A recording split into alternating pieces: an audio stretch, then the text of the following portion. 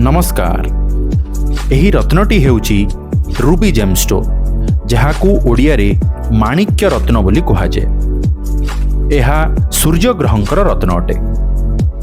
माणिक्य रत्न धारण करने द्वारा मनरे आत्मविश्वास वृद्धि होता है एवं नेतृत्व नेबार शक्ति वृद्धि होता है। एहाकू पिंधिले प्रशासनिक क्षेत्र एवं सरकारी स्तर रे सफलता मिलता है।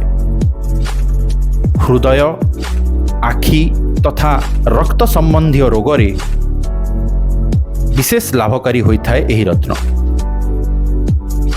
एही रत्न धारण द्वारा जीवन रे सफलता, मान सम्मान, पद प्रतिष्ठा प्राप्ति होता है।